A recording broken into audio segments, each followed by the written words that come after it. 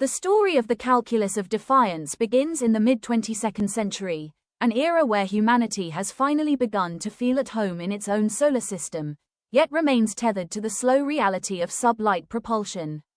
This peace is shattered when the consensus, a multi-species hegemony that has ruled the galaxy for eons, arrives with a fleet of ships that defy human understanding of physics. They do not arrive with a declaration of war, but with a cold, administrative announcement: Earth is slated for resource reclamation. To the consensus, humanity is not an enemy to be conquered, but a biological infestation to be cleared away. Their strategy is rooted in deterministic warfare, a doctrine driven by hyper-intelligent AI that views the universe as a series of solved equations. Because humans lack FTL technology and shield-piercing weaponry, the consensus AI predicts a 100% probability of human surrender within 72 hours.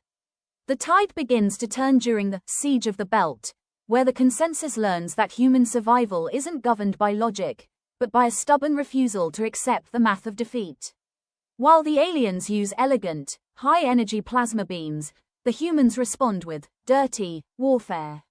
Resourceful miners and engineers begin jury-rigging mass drivers, essentially magnetic slingshots, to launch massive asteroids at the alien fleet. The consensus shields, designed to deflect sophisticated energy pulses, are utterly overwhelmed by the raw, kinetic momentum of several billion tons of iron and nickel. This primitive defiance sends the consensus AI into a logic loop.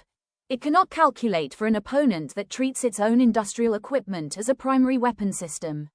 This marks the transition from a lopsided slaughter to a grueling war of attrition where the human spirit of MacGyvering becomes our greatest tactical advantage.